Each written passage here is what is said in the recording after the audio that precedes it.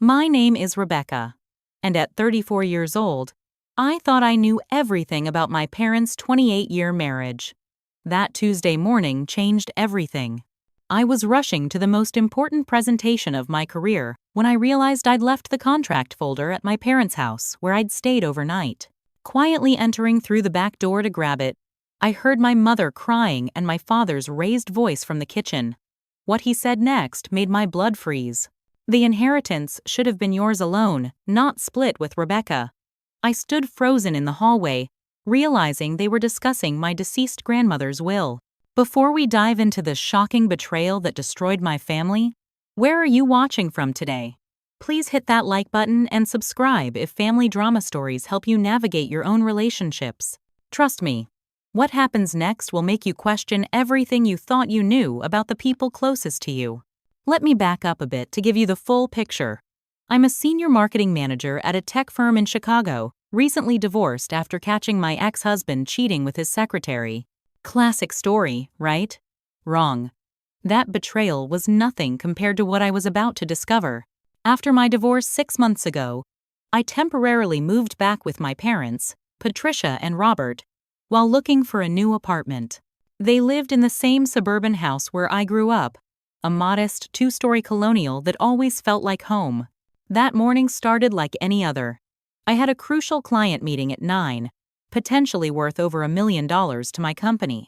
I'd spent weeks preparing the presentation, and everything hinged on those contracts and the folder I'd reviewed at my parents' kitchen table the night before. My parents were supposed to be sleeping.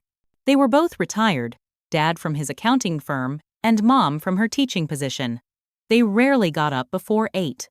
I drove the 15 minutes back to their house, my mind racing through my presentation points. I remember thinking how lucky I was to have such supportive parents during my divorce. They'd been my rock when everything fell apart. I parked down the street, not wanting the garage door to wake them, and walked up the driveway. The morning air was crisp, typical for October in Illinois. Using my key, I slipped in through the back door that led directly to the mudroom. The folder should be right there on the kitchen counter where I'd left it. But as I stepped toward the kitchen, I heard voices. Not just any voices, but my mother sobbing and my father speaking in a tone I'd rarely heard, defensive and aggressive. I froze behind the wall separating the mudroom from the kitchen. Every instinct told me to announce myself, but something in their tone made me stay hidden. Then I heard the words that shattered my world.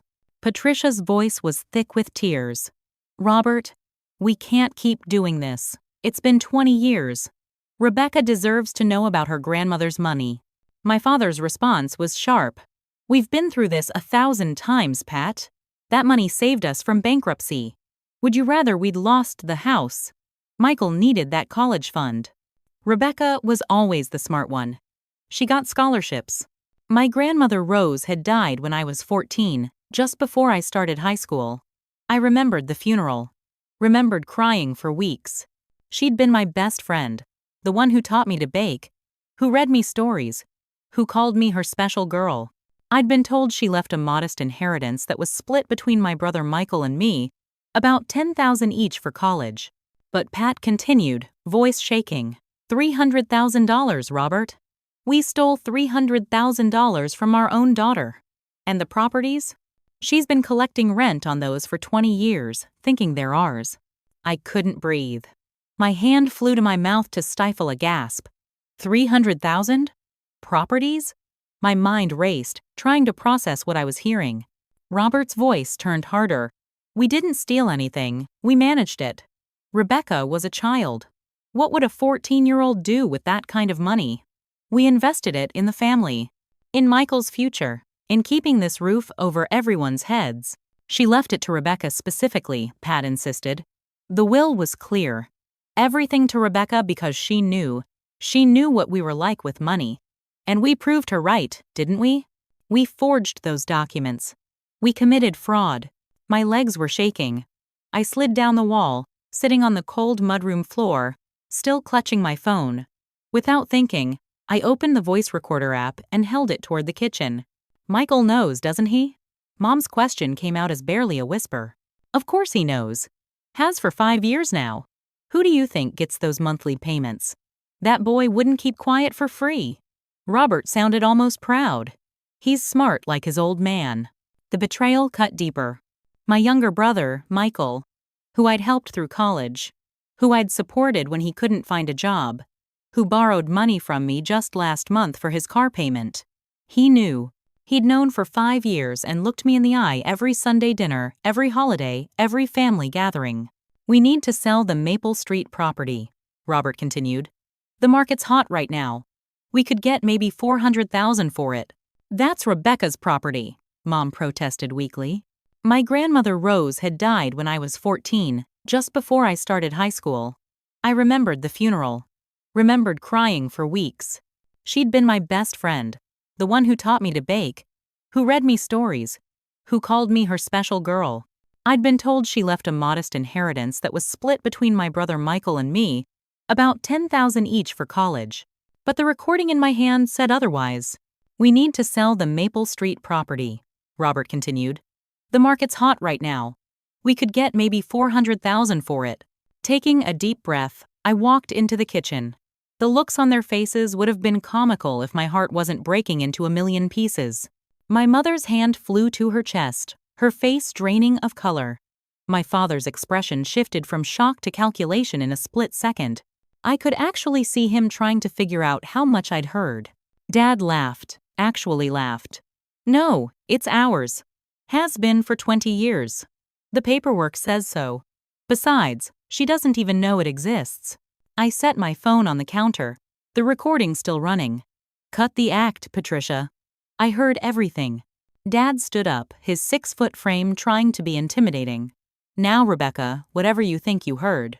Rebecca, sweetheart, you're back. Mom tried to smile, but her lips trembled. We didn't hear you come in. You don't understand the situation, Dad said, his accountant voice clicking into place. We were protecting you. You were a child. I was 14, not 4, and you've been stealing from me for 20 years since then. I looked at my mother, who was crying harder now. You convinced her to change the will, didn't you? While I was away at summer camp that last month before she died, Mom's guilty sob was all the confirmation I needed. Where are the original documents? I demanded. I want to see everything. The real will, the property deeds, bank statements, everything. Those documents don't exist anymore, Dad said firmly. What's done is done, Rebecca. We're your parents. We did what was best for this family. Best for the family? My voice rose. You mean best for you? Best for Michael. I worked myself to the bone thinking we were a struggling middle-class family. I gave you money every month to help with bills. I heard you admit to stealing $300,000 from me. I heard you admit to forging documents. I heard you admit to taking my grandmother's properties. I stepped closer, my voice steady despite the tears burning my eyes. I heard you admit to fraud. So you stole from your own daughter? We borrowed from the family resources, he corrected. As if semantics mattered now. And Michael knew. I pulled out my phone again, started texting my brother. Get over here. Now. Rebecca, please. Mom reached for me, but I stepped back. We can work this out as a family. Family? I laughed bitterly. Family doesn't steal from each other. Family doesn't lie for 20 years. Family doesn't take money from one child to give to another. And we appreciated that, Dad said, his tone patronizing now. But you need to understand, we had debts. The business was failing. We were about to lose everything. Because you enabled him. Because you gave him my money instead of letting him learn to work for it. The front door opened, and Michael walked in. 31 years old, still dressed like a college kid. Probably because he'd never had to truly grow up. He took one look at the scene and his face told me everything. He knew exactly why he'd been summoned. Hey sis, he said casually, but his eyes were wary. 5 years, Michael. You've known for 5 years. He shrugged. Actually shrugged. It wasn't my secret to tell. No, it was just your monthly payment to collect. Look, Rebecca, you're doing fine.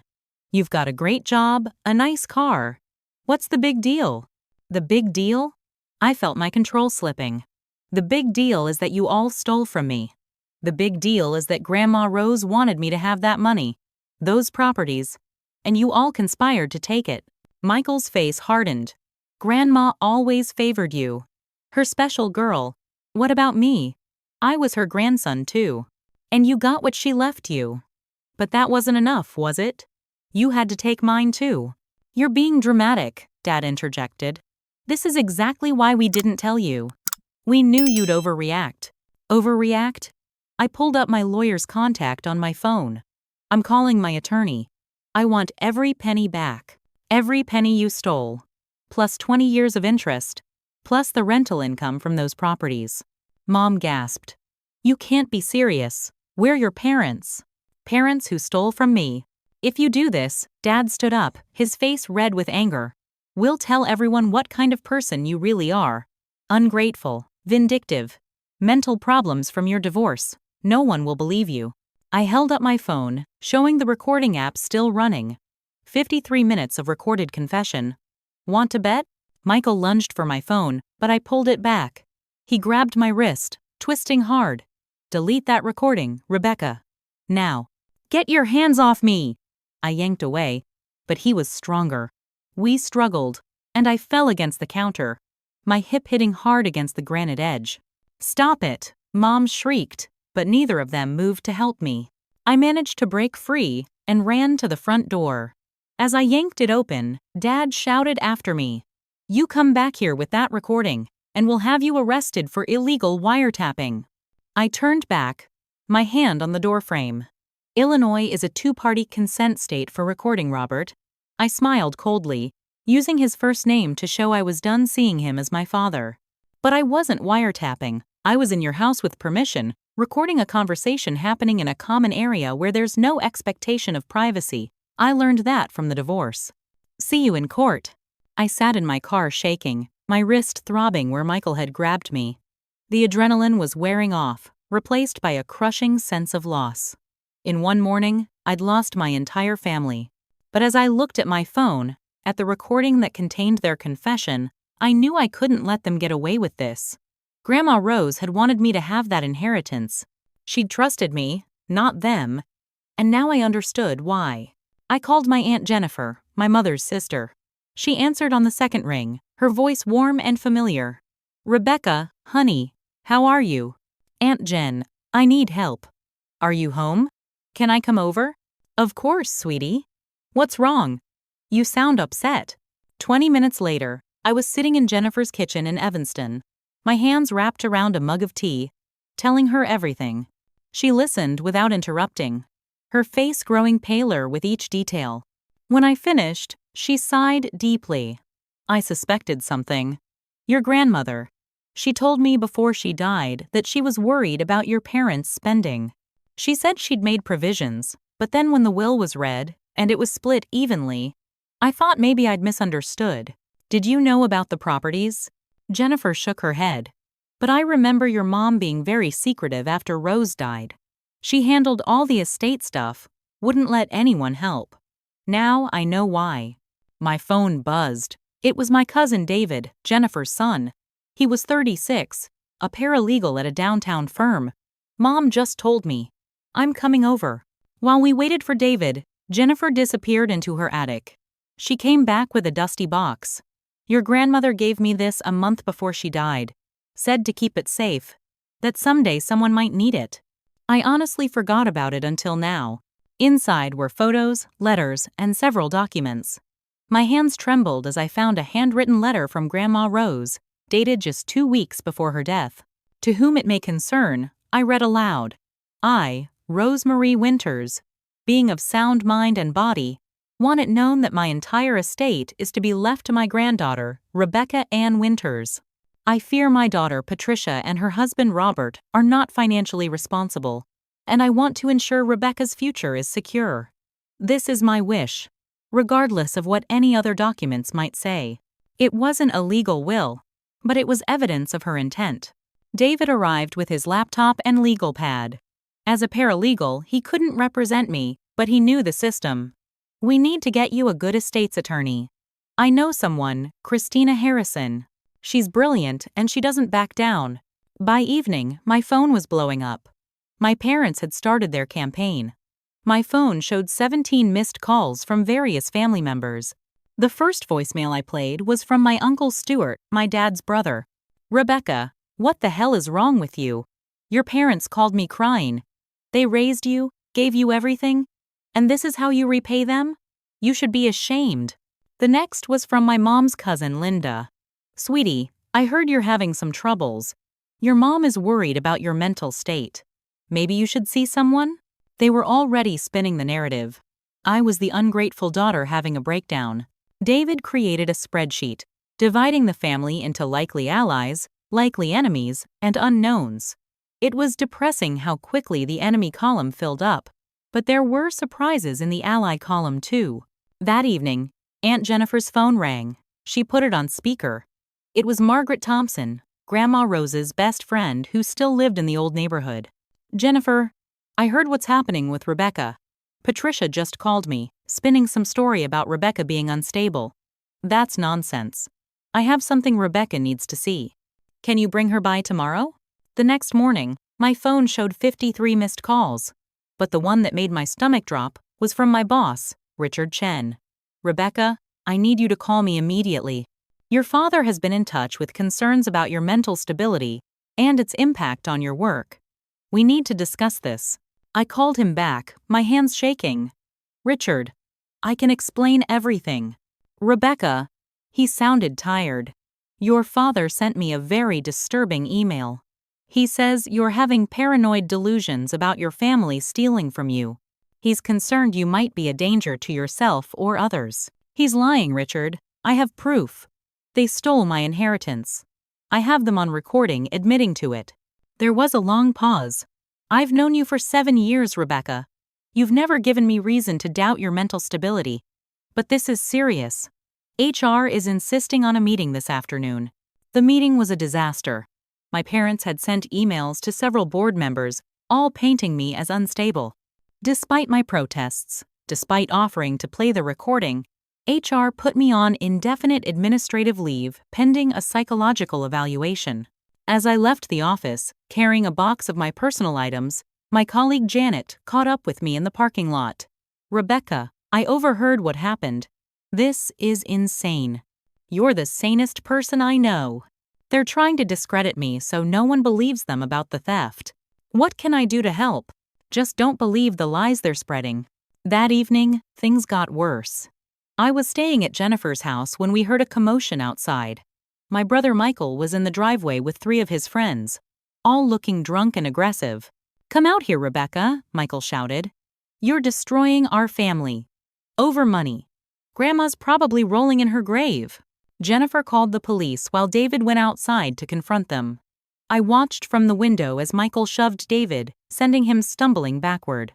The police arrived quickly. But Michael played innocent. "Officers, my sister is having some kind of breakdown. She's making wild accusations about our family. We're just concerned about her."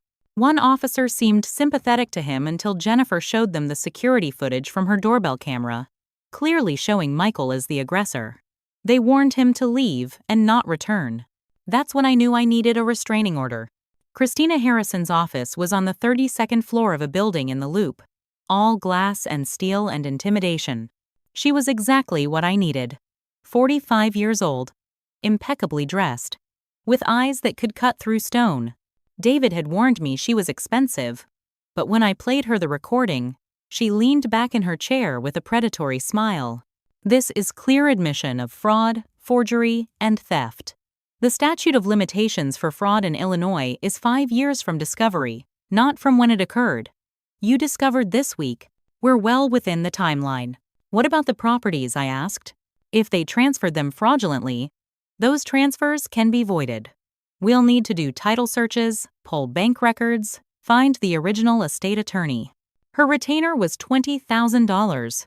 It was almost all my savings, but I signed the check without hesitation.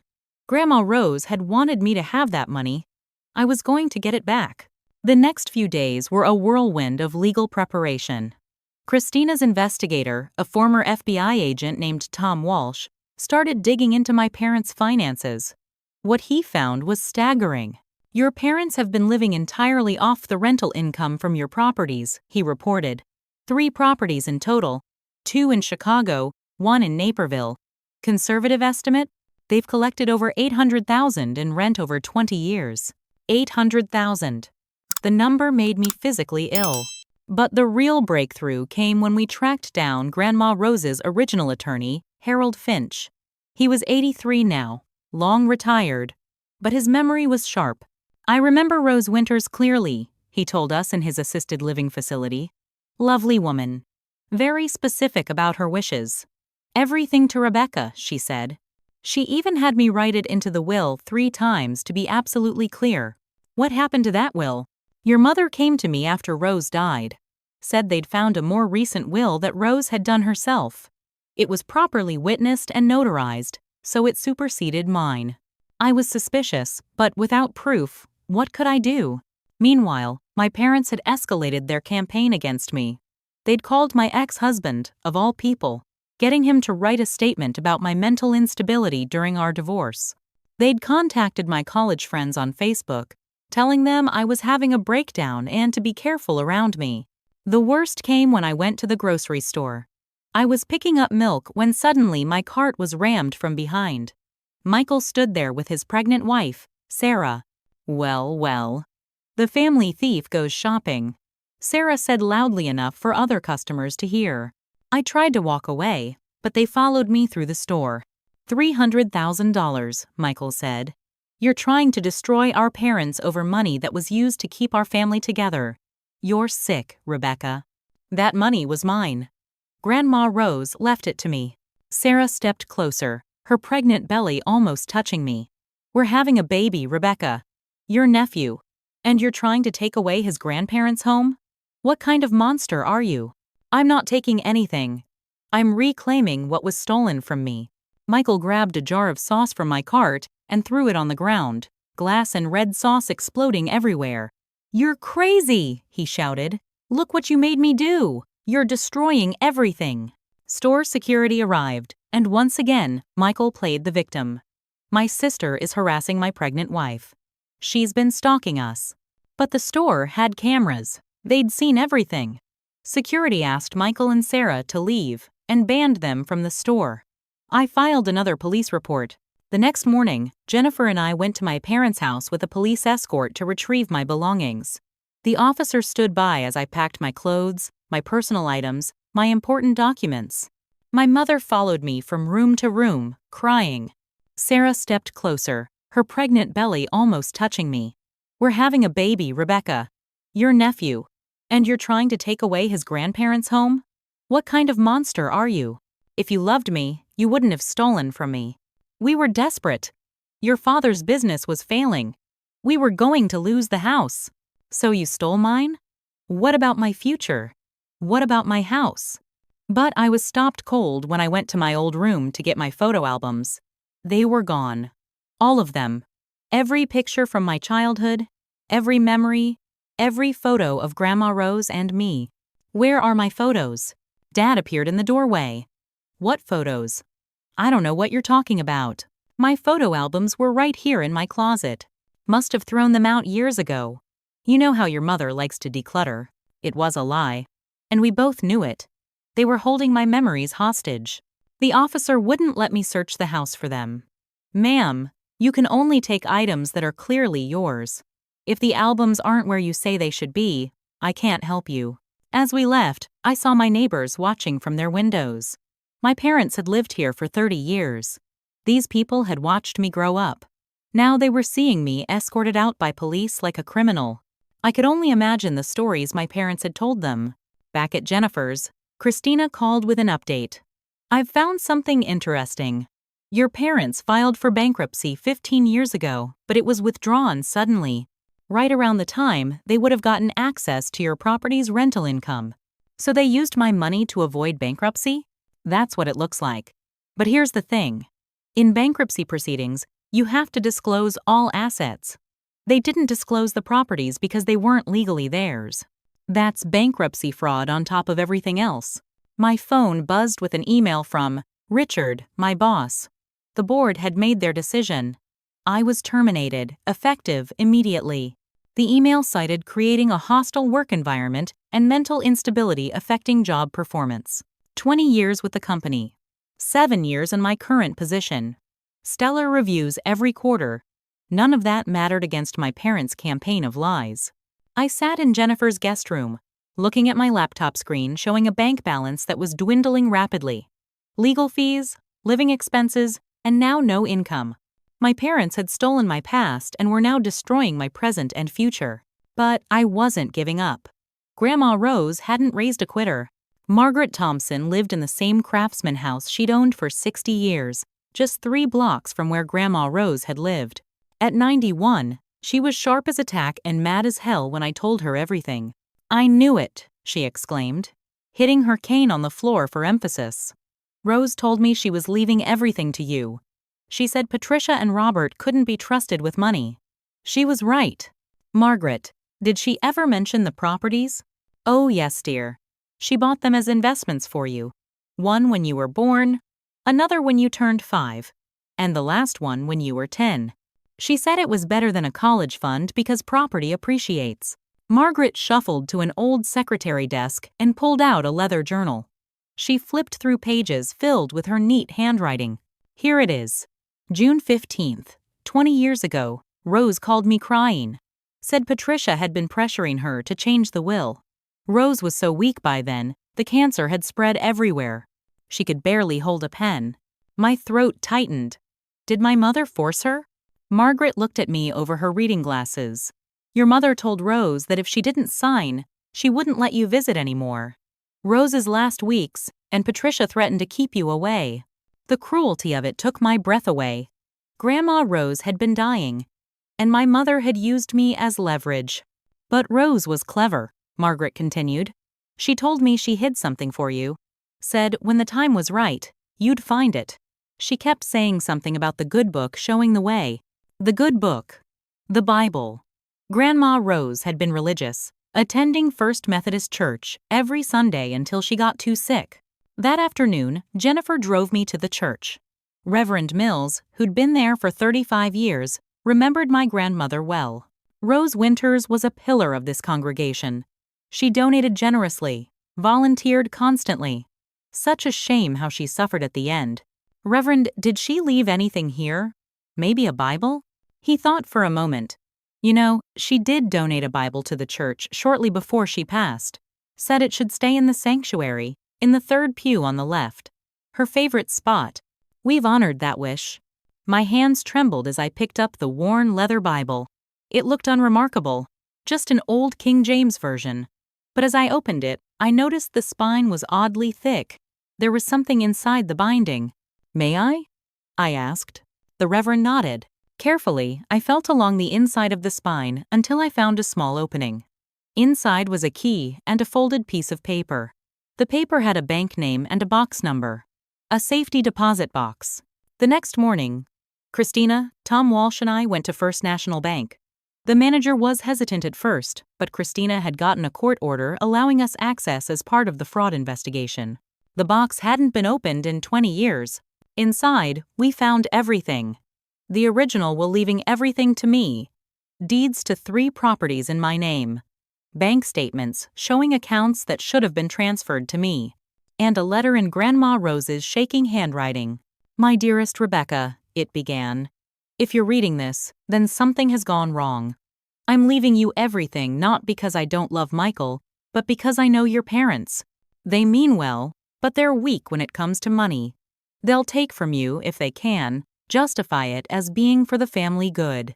Don't let them. This money, these properties, they're your security, your freedom, your future. Never let anyone, not even family, especially not family, take what's rightfully yours. I love you more than words can say.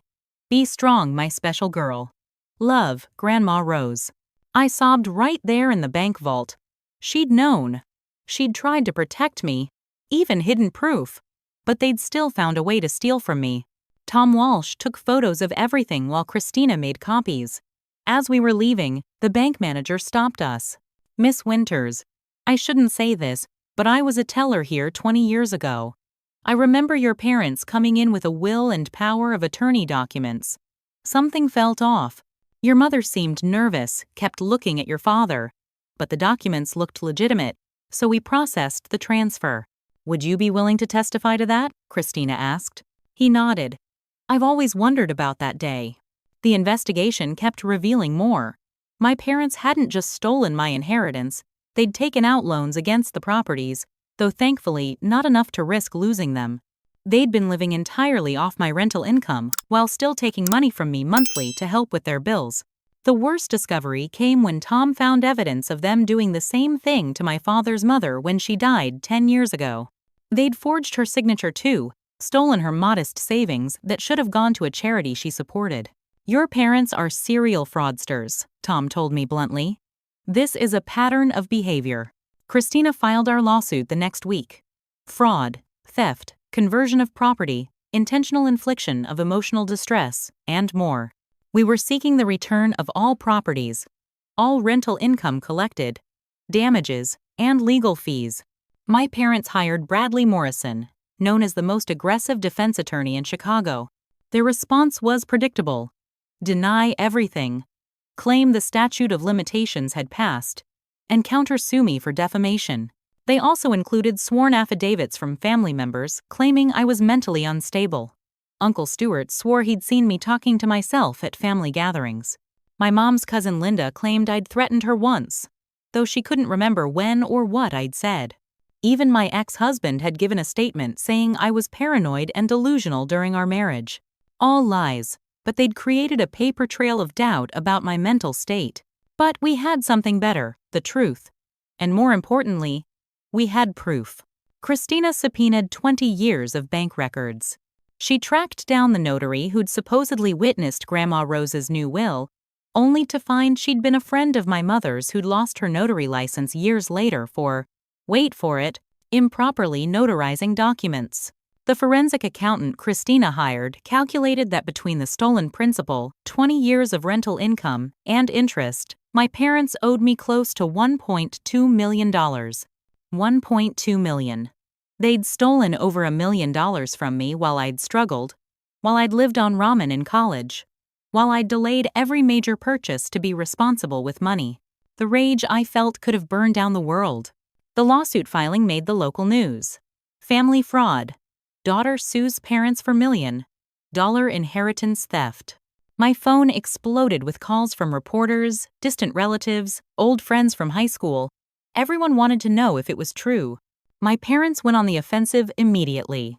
They gave an interview to Channel 7, sitting on their couch looking like broken, elderly victims. We gave our daughter everything, my mother said, dabbing at her eyes with a tissue. Private schools, dance lessons, college support. And now she's trying to destroy us over a misunderstanding about some old property investments we made as a family. My father, ever the accountant, had charts. We can show every penny we spent raising Rebecca. The total comes to over $500,000. If anything, she owes us. The reporter didn't challenge them, didn't ask hard questions. It was a puff piece designed to make me look like a monster. Christina subpoenaed 20 years of bank records. She tracked down the notary who'd supposedly witnessed Grandma Rose's new will, only to find she'd been a friend of my mother's who'd lost her notary license years later for, wait for it, improperly notarizing documents. The next day at Jennifer's house, we watched as my former colleague, Janet, called. Rebecca, I thought you should know. Your parents' lawyer contacted the company. They're suing you for defamation and asking the company to cooperate with discovery. The board is considering it. That evening, Jennifer and I were having dinner when a brick crashed through the dining room window. Glass scattered everywhere. Attached was a note. Drop the lawsuit, or next time it won't be a brick. We called the police, but without witnesses or cameras catching who did it, they couldn't do much. The next morning, Jennifer found her car tires slashed. The security footage showed a figure in a hoodie, but the face was obscured. Michael, Jennifer said with certainty, that's his walk. I'd recognize it anywhere. The next development came from an unexpected source. One of Michael's friends, Tony, reached out through David. They'd had a falling out over something unrelated, and Tony was ready to talk. The harassment escalated. Dead flowers were left on Jennifer's porch with a note saying, "For your funeral." Someone called Jennifer's employer claiming she was harboring a mentally ill person who was dangerous. Thankfully, Jennifer's boss knew her well enough to dismiss it. Not only had I lost my job, but now my former employer might help my parents' case against me. Your parents' attorney has reached out. They want to settle. How much? 50,000 and you drop everything. I laughed bitterly. They stole over $1 million and they're offering 50,000? How much? I won't give up. I know. But I need to warn you. Morrison also hinted they have something. Some kind of evidence about you that would be damaging if it came out in court. What could they possibly have? I don't know. But we should be prepared for anything. The something turned out to be a complete fabrication. 2 weeks later, Morrison filed a motion that included a statement from a therapist I'd supposedly seen 10 years ago, diagnosing me with paranoid personality disorder. The problem? I'd never seen this therapist. The woman didn't even exist. Christina was furious. This is a new low, even for Morrison. We'll file a complaint with the Bar Association. What could they possibly have? I know. But I need to warn you. Morrison also hinted they have something. Some kind of evidence about you that would be damaging if it came out in court. Does it? They've taken everything from me. My family, my job, my reputation. Maybe I should just give up. David grabbed my shoulders. Rebecca, listen to me. They want you to give up. That's been their plan all along. Break you down until you can't fight anymore, but you're stronger than them. You know why? Because you're right. And Grandma Rose believed in you. He was right. I couldn't give up. Not when I'd come this far. But the damage was done. The filing was public record. Anyone Googling my name would see it. My professional reputation, already damaged, was now completely destroyed. David found me crying in Jennifer's guest room that night. Hey, he said softly, sitting on the edge of the bed. This is temporary. Truth wins in the end. We met at a coffee shop in Lincoln Park. Tony was nervous, constantly checking over his shoulder. Would you testify to that? Tony shook his head. I can't. Michael's got dirt on me from some stuff in college. But I can tell you something else. He's been recording your parents. Insurance, he calls it. In case they try to cut him off. Where are these recordings? His home computer. Password protected. But his password for everything used to be Sarah's birthday backward. It wasn't much, but it was something. Christina hired a private investigator to look deeper into my parents' finances. What he found was shocking. They'd opened credit cards in my name when I was in college, maxed them out, then somehow paid them off just before I would have noticed. Identity theft on top of everything else. They'd also been claiming me as a dependent on their taxes until 5 years ago, getting credits they weren't entitled to. Tax fraud could mean federal charges. Your parents aren't just thieves, Christina told me. They're criminals. Serial criminals. And they've been getting away with it for decades. It wasn't much, but it was something. Then Michael made a mistake. A big one. He showed up at Margaret Thompson's house, trying to intimidate her into not testifying.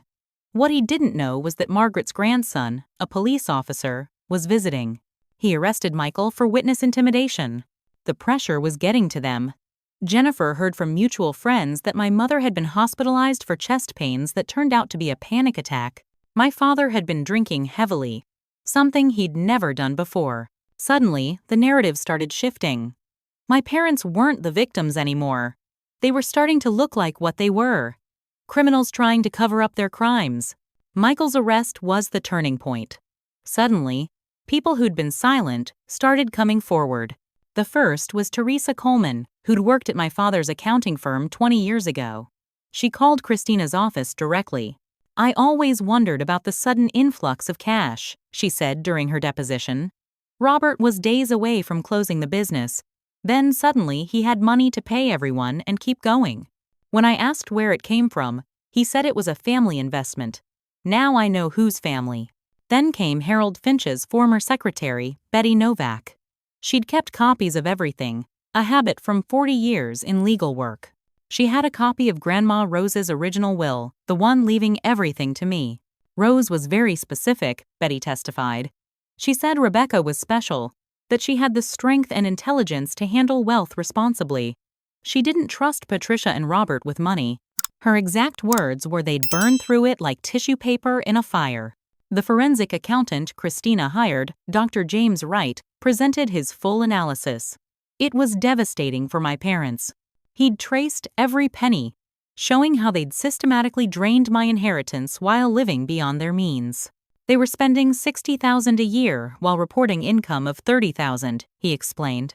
The only way the math works is with the stolen rental income. They've been living entirely off Rebecca's money for 2 decades. Christina also tracked down the original notary, Martha Hayes, who'd supposedly witnessed Grandma Rose's revised will.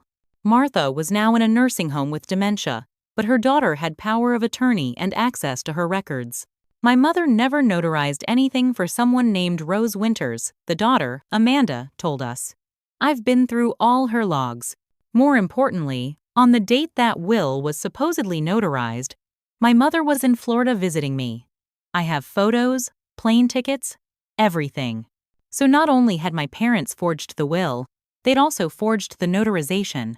The breakthrough with Michael came from an unexpected source, Sarah, his wife. She filed for divorce and reached out to me. We met at a park, her pregnancy showing prominently now. She looked exhausted. I didn't know, she said immediately. Not until recently. Michael told me you were crazy, that you were trying to destroy your parents out of spite. But then I saw the arrest report. I confronted him. He admitted everything. Sarah pulled out her phone and played a recording. She'd been smarter than any of us, recording Michael's confession to her. Michael's voice was clear. Of course we took her money. She didn't need it.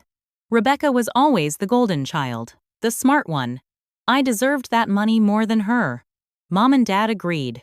It was only fair. Will you testify? I asked. Sarah nodded. He's been lying to me our entire marriage, telling me his parents were paying for things when it was really your money. We've been living off theft. I won't raise my child with a thief for a father. Christina was building an airtight case, but my parents weren't backing down. Morrison filed motion after motion, trying to get evidence thrown out, claiming procedural violations, anything to delay. Then Morrison made a tactical error. He requested a deposition from me, thinking he could break me down, make me look unstable on the record. Christina prepared me for 3 days straight. The deposition was brutal. Morrison questioned everything from my childhood memories to my mental state during my divorce. But I stayed calm, answered truthfully, and didn't let him rattle me. When he brought up the fake therapist report, Christina objected. Mr. Morrison, are you really entering fraudulent documents into the record? Because we have proof that this therapist never existed. Morrison's face went red. He withdrew the document. The most painful part was when he asked about my relationship with my parents. Did you love your parents? Yes. That's what makes this betrayal worse. But you're willing to destroy them financially? They destroyed me first. I'm just seeking justice. Christina was building an airtight case, but my parents weren't backing down. Morrison filed motion after motion, trying to get evidence thrown out, claiming procedural violations, anything to delay. Even if it means they lose their home? After 8 hours, Morrison had nothing. I hadn't cracked, hadn't contradicted myself, hadn't shown any signs of the mental instability they'd been claiming. Meanwhile, Tom Walsh had been investigating my parents' other activities. He found 6 more instances where they'd acted as estate executors for elderly friends and relatives. And in each case, there were discrepancies in the final accounting. Your parents have been doing this for 30 years, Tom told us. You're just the biggest score. Christina amended our lawsuit to include a request for criminal prosecution. This wasn't just a civil matter anymore. The public tide was turning. The newspaper ran an investigative piece about elder financial abuse, using my case as a centerpiece. They interviewed other families who'd experienced similar thefts. My parents were no longer sympathetic figures, but examples of a larger problem. Margaret Thompson gave an interview that went viral. That sweet girl was robbed by the people who should have protected her. Rose Winters would be heartbroken to know what Patricia did. It's evil. Plain and simple. After 8 hours, Morrison had nothing. I hadn't cracked, hadn't contradicted myself, hadn't shown any signs of the mental instability they'd been claiming. Your parents have been doing this for 30 years, Tom told us. You're just the biggest score. Christina amended our lawsuit to include a request for criminal prosecution. This wasn't just a civil matter anymore. Rebecca and I had our problems, but she was never unstable or paranoid. Her parents contacted me repeatedly, offering to help with my alimony payments if I'd support their story. I regret agreeing to it. My former colleagues started a GoFundMe to help with my legal fees. Within a week, they'd raised $30,000. The messages of support made me cry. The IRS doesn't play. They filed criminal charges. The trial was set for a Tuesday in March, almost exactly 1 year after I'd overheard that conversation in my parents' kitchen. Christina had warned me it would be brutal, but I was ready. The final piece of evidence came from the IRS. Christina had reported my parents' tax fraud, and they'd investigated. They found 15 years of false deductions, unreported income, and fraudulent dependent claims. Christina's opening statement was masterful. She laid out 20 years of systematic theft, showing how my parents had stolen not just money but my future, my security, my grandmother's final wishes. "This isn't just about money," she told the jury. "This is about the ultimate betrayal. Parents who saw their child not as someone to protect and nurture, but as a resource to exploit." Morrison's opening tried to paint me as a greedy daughter trying to cash in on elderly parents' lifetime of hard work. But even he seemed to know it was a weak argument. The first witness was Harold Finch, Grandma Rose's original attorney.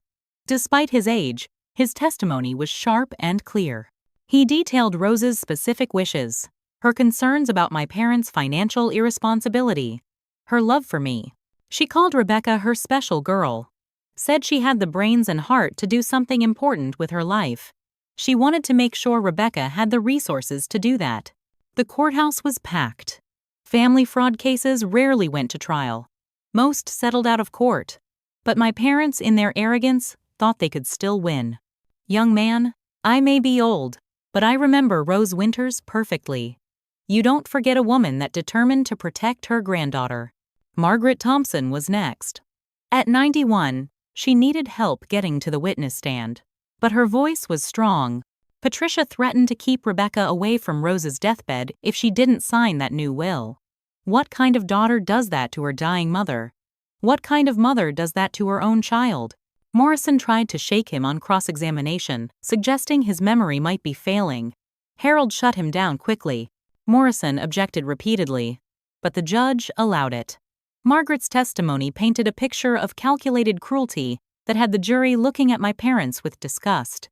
In total, the defendants stole $1.2 million from the plaintiff over 20 years. This wasn't a mistake or a misunderstanding. This was systematic, deliberate, and criminal. When Sarah testified, Michael tried to leave the courtroom. The bailiff stopped him. Sarah played the recording of Michael's confession. His voice filled the courtroom, admitting to everything, laughing about how easy it was to fool me. Morrison objected repeatedly, but the judge allowed it. Margaret's testimony painted a picture of calculated cruelty that had the jury looking at my parents with disgust. On day 3, it was my mother's turn to testify. Morrison had advised against it, but she insisted. It was a disaster. Under Christina's cross-examination, she fell apart completely. "Mrs. Winters, did you threaten to keep Rebecca away from her dying grandmother?" Mom's face crumpled. She was being difficult about the will. "So you admit you used your daughter as leverage against your dying mother?" "I did what I had to do for my family." "For which family?" "Because it seems you destroyed 2 families. The one with your mother and the one with your daughter." Mom broke down sobbing. She screamed, "You don't understand. We were desperate. Robert's business was failing. We would have been on the streets." "So you put your daughter on the streets instead?" Christina's voice was ice cold. The courtroom was silent except for Mom's sobs. "You stole from your daughter to save yourselves. You lied to her for 20 years. You let her struggle while you lived off her money. And when she found out, you tried to destroy her reputation, her career, her life. Is that what a mother does?" Mom couldn't answer. She had to be helped from the stand. Dad testified next, trying to use his accountant persona to confuse the issue with numbers and technical talk. Christina was ready for him. "Mr. Winters, you're a trained accountant, correct?" "Yes. 30 years of experience. So you understand that forging someone's signature is fraud? Dad hesitated. In certain contexts. Is there any context where forging your dead mother-in-law's signature to steal your daughter's inheritance is legal? We were managing family assets that weren't yours to manage. Did Rebecca give you permission to take her inheritance? She was a minor. She was 14 when Rose died. But you continued stealing from her until she was 34. Was she still a minor last year? Dad's face went red. We were protecting her. From what? Financial security? A stable future? Her grandmother's love? The jury was riveted. Several were taking notes. When Michael testified, he tried to play the victim, claiming I'd always been favored, that he deserved the money more. It backfired spectacularly. Christina pulled up his social media. Photos of expensive vacations, designer clothes, a luxury car, all funded by my stolen inheritance. Mr. Winters, you posted this photo in Cancun with the caption, "Living my best life." This was 3 weeks after your sister discovered the theft. Were you living your best life on her money? Michael mumbled something incoherent. The judge had to call for order when Michael admitted he'd been getting $10,000 a month to support our parents' lies. When Michael testified, he tried to play the victim, claiming I'd always been favored, that he deserved the money more. It backfired spectacularly. But when Morrison tried to paint me as unstable, something in me snapped. Not in anger, but in clarity. The judge had to call for order when Michael admitted he'd been getting $10,000 a month to support our parents' lies. The courtroom was silent. Morrison had no response. The jury deliberated for just 3 hours. When they came back, the foreman stood. We find in favor of the plaintiff, Rebecca Winters, on all counts. The damages were more than I'd asked for. The return of all properties, all stolen funds, 20 years of interest, punitive damages for emotional distress, and all legal fees. Total, $2.3 million. My parents sat frozen. Michael cursed and stormed out. Sarah, sitting behind me, squeezed my shoulder. But it wasn't over. The judge spoke directly to my parents. Mr. and Mrs. Winters, this court has rarely seen such a clear case of parental betrayal. You stole from your daughter, committed fraud, forgery, and identity theft. You then attempted to destroy her life when she sought justice. This court recommends criminal prosecution to the full extent of the law. The criminal trial came 6 months later. My parents both received 5 years probation and 300 hours of community service. They were forced to sell their house and liquidate their retirement accounts to pay me. The IRS added another $100,000 in fines and penalties. Michael was convicted of witness intimidation and got 2 years probation. Sarah's divorce went through, and she got full custody of their son, my nephew Thomas, who was born during the civil trial. I bought a small house in Oak Park with part of the settlement. Nothing fancy, just a 2-bedroom cottage with a garden that reminded me of Grandma Rose's. The first thing I did was hang her photo in the living room, the one photo I'd managed to save from my childhood. In it, she's teaching me to make pie flour on both our noses, laughing at something I'd said. "Thank you," I whispered to her image, "for believing in me, for trying to protect me, for teaching me to be strong." The money couldn't replace the 20 years of struggle, the relationships destroyed, the trust shattered. But it did give me freedom. I started my own marketing consulting firm, choosing my clients, setting my own hours. Jennifer and David became my real family. We had dinner every Sunday, creating new traditions. Margaret Thompson joined us often, telling stories about Grandma Rose that my parents had never shared. Some family members eventually apologized. Uncle Stuart called one day, his voice heavy with shame. "Rebecca, I'm sorry. I believed them because I couldn't imagine parents doing that to their child. I should have listened to you. I forgave some, maintained distance from others. Trust, once broken, is hard to rebuild." Michael reached out a year later. He'd gotten therapy, he said. He understood now how toxic our parents' influence had been. "I grew up watching them lie and manipulate," he said during our one meeting. "I thought that was normal. I'm not making excuses, just explaining. I'm sorry, Rebecca, truly sorry. I listened, but I couldn't forget." He'd known for 5 years. He'd taken money while watching me struggle. He'd tried to physically hurt me. Some betrayals cut too deep for reconciliation. Rebecca, I'm sorry. I believed them because I couldn't imagine parents doing that to their child. I should have listened to you. My parents tried to contact me several times. Letters, emails, messages through relatives. Mom wrote that she was in therapy, that she understood now how wrong they'd been.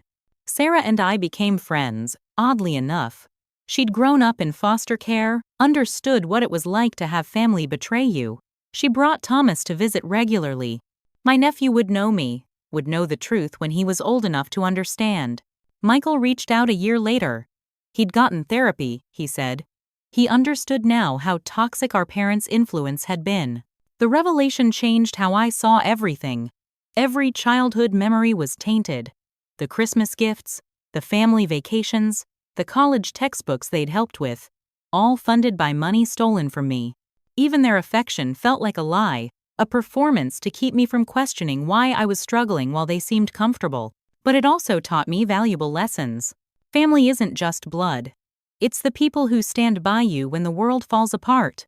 Jennifer, David, Margaret, even Sarah. They were my family now. Never ignore your instincts. Some part of me had always sensed something was off. The way Mom got nervous when I talked about buying a house. The way Dad changed the subject when I mentioned Grandma Rose. I'd dismissed those feelings. Trusted blindly. Never again. Document everything. That recording saved me. Without it, it would have been my word against theirs, and they'd spent months painting me as unstable. We were scared, Rebecca. Scared of poverty, of failure, of losing everything. But we ended up losing the only thing that really mattered. You. Our daughter. I'm so sorry. I thought about forgiveness a lot. Not for my parents, but for myself. For not seeing it sooner. For trusting too easily. For all the years I doubted my worth, because I was struggling while they seemed fine.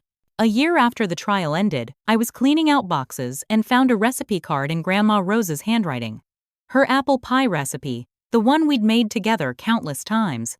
At the bottom she'd written, "For my special girl. The secret ingredient is love. Never forget that." I made that pie, following her instructions exactly. As the scent filled my kitchen, I felt her presence. Not ghostly or mystical, just the warm memory of unconditional love. Don't let guilt control you. My parents weaponized guilt masterfully. But their choices, their crimes, their consequences, that wasn't my burden to carry. Forgiveness, I learned, doesn't mean reconciliation. It means releasing the poison of anger so it doesn't destroy you from within. I forgave myself. I even forgave my parents, in a way. Not absolution, not forgetting, just releasing the hold their betrayal had on my heart.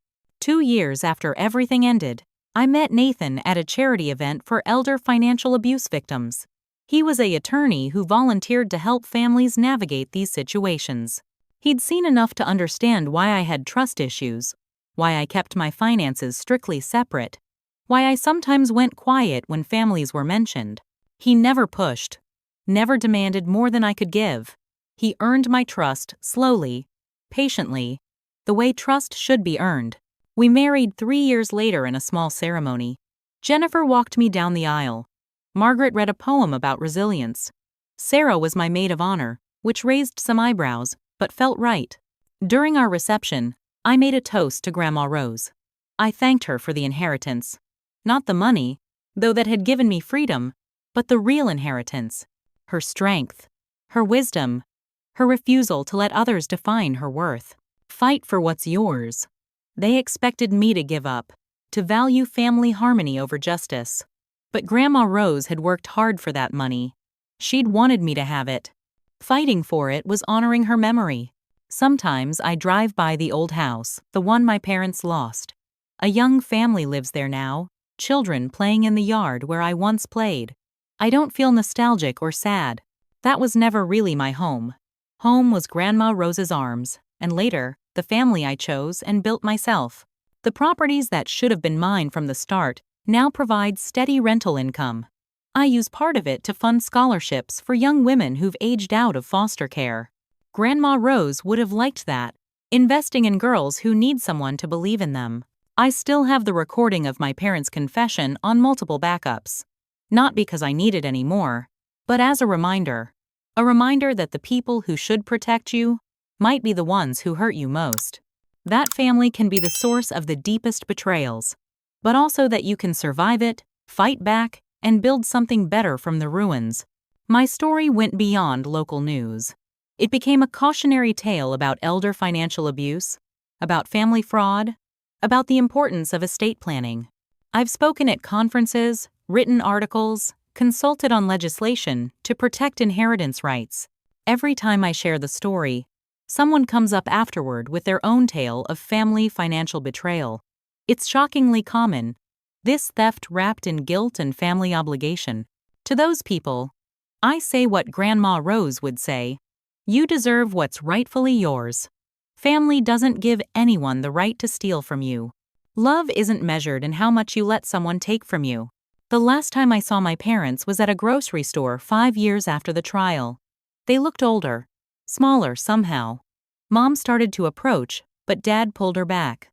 We stood there for a moment, 20 feet apart, a lifetime of lies between us. My story went beyond local news. It became a cautionary tale about elder financial abuse, about family fraud, about the importance of estate planning.